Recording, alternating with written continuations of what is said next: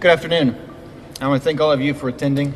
I understand that for people who aren't in the media, 2 o'clock on a Thursday afternoon can be kind of a difficult time to get here, so I just want to appreciate those that came out. For those that were not able to make it but are joining us online, I want to thank you for attending as well. I've always advocated that politics should remain focused on the issues rather than the individuals. However, it has become unavoidable to ignore the character of someone who seeks the highest office in our state. The governor of Georgia is more than just a title. It's more than just power. It's more than a job.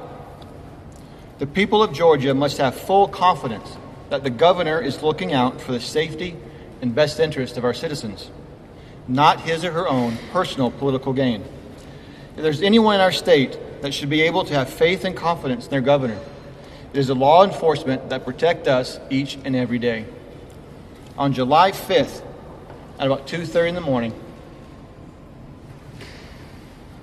Genesis Familia received a knock on her door.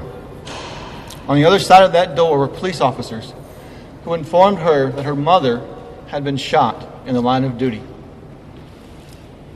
Those police officers took Genesis to the hospital, where she found her mom unconscious and on life support. Shortly after arriving, she stood by, watching helplessly as her mother died. New York police officer Miosotis Familia was assassinated in cold blood while she sat in her police vehicle serving the people of her state. Miosotis was a mother of 3 who was now left motherless. Sadly, these types of incidences have been increasing across the country. Our law enforcement officers put everything on the line for us. And in the case of Miosotis, she gave her life serving the people of her state. Everyone that puts on the uniform are acutely aware of the risk they take, yet they take it anyway. There's nobody that deserves our full support and attention more than law enforcement officers. If there's any issue that should be above political games and false rhetoric, it's our law enforcement. Their livelihood should not be a campaign issue used to get votes for the political gain of career politicians. To offer false hope or to deny adequate support and care for these families based on political expedience and personal gain is beyond reprehensible. The Familia family, they're wifeless, they're motherless, and they're daughterless. Unfortunately, Casey Cagle is attempting to use and exploit law enforcement officers here in Georgia for his own political gain, with no real intention of providing them the much-needed financial relief they seek. We have police officers in our state that are serving and working 3 jobs and can barely make ends meet. Even more shameful, we have law enforcement officers who rely on food stamps to feed their families. Yet, you can be sure when special interests and lobbyists that fund political campaigns of career politicians need an extra $100 million to build a stadium, politicians will come running. No mountain can get in the way of doing the bidding of big corporate when they call. Rules, they can be changed or even suspended if the donor is willing to make enough donations. Deadlines, those can be extended if you happen to be a wealthy donor. The same cannot be said for the Familia family. Our law enforcement is left with nowhere to turn. The lieutenant governor, who now wants to be their governor, is too busy using them as political prop rather than seeking to provide for their needs.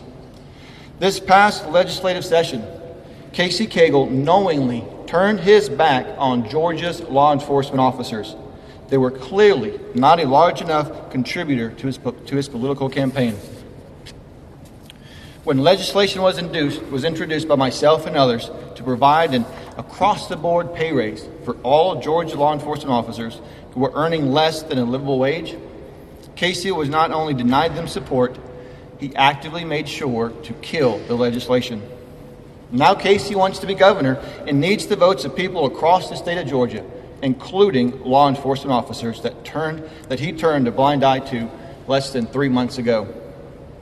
After 12 years in the Senate and another 12 years as Lieutenant Governor, Casey was unable to provide our officers the help they so desperately needed, to the point of killing the legislation they provided that would provide relief. Yet last week, Campaign Casey decided he needed the votes of our law enforcement, so Casey did what Casey does best: played political games. I want to make it clear to everyone in the state of Georgia the despicable, reprehensible political games that Casey Cagle is willing to play as he seeks more and more power. But to what gain? Does the big corporate donor need an updated ball field? Does anyone here believe that after 24 years as a politician, that this is the moment that Casey begins working for the average Joe? We all know the answer. Politics is tough business. Nobody knows this better than me. Having challenged the establishment when I ran for Senate, but to use an already suffering law enforcement officers for political gain reaches a new low that I hope to never witness again. There's a reason that Casey Cagle's team wanted me out of this race, to the point that they offered me a Senate chairmanship for my support. I am here today to make it known: the days of political games with the livelihoods of our citizens is over. It's past time that someone down here stood up and called BS when politicians like Casey Cagle play games with their lives of our citizens.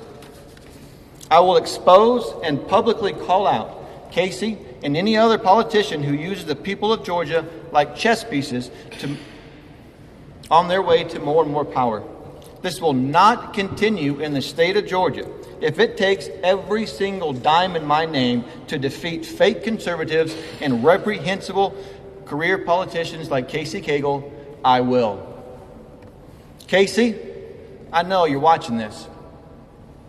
I was told this press conference was of great interest to you, mainly because you were unsure of which of the many underhanded political games and reprehensible acts I was going to expose today. You and I both know this list is long, and I've just gotten started. Do the people of Georgia a favor. Drop out of this race. Focus on your family and try your hand at a private sector job. Yes, being a politician is not a real world job. After 24 years of playing games with the people of Georgia and living on the backs of our citizens, it's time you step aside. Georgia needs a governor who is sick and tired of politics as usual. We are done with career politicians who are consumed with their lust of power and greed. It's a new day in Georgia and a new day in America. This can be a time of great progress and economic growth for all of Georgia, not just the powerful and connected. It is time to destroy crony capitalism and root out the elite and corrupt players who orchestrate it. Casey, hear me loud and clear. Every single time you attempt to deceive and take advantage of everyday Georgians on your road to more power, I will be here as a roadblock to that power and fame you seek. I know that in less time it takes me to tie my shoes, Casey and his gang of political elites will begin to further assault me and my family. It won't be the first time or the last. We're ready. You cannot break us.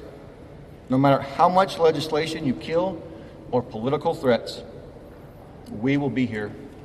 Your days are numbered. Thank you. Yeah. Way to go, Michael.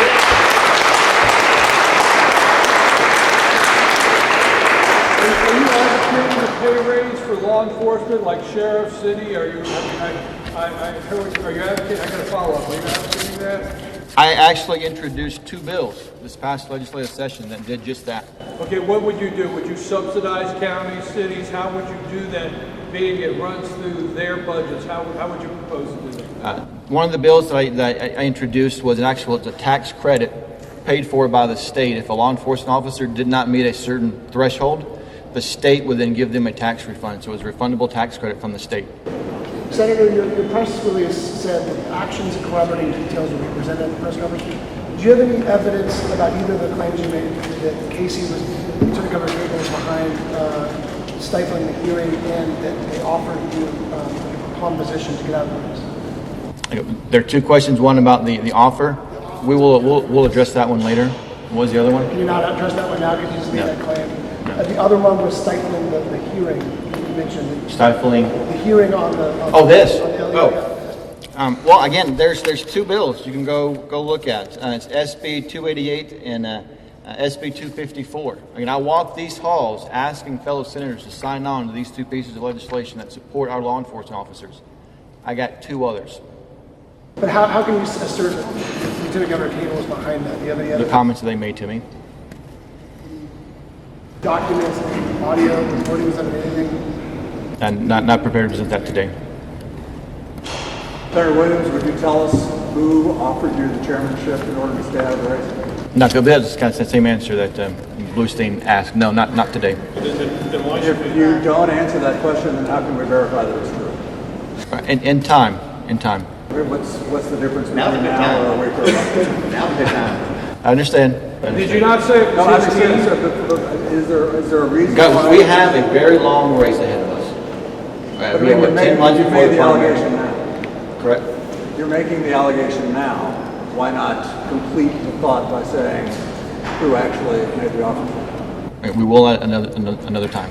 Just let me ask, did you not say it was Casey Cagle's team? I'm not quoting you, but did you say his Correct. team? Okay, so, and you're not prepared to give us who that was? No. Thank you guys for coming out.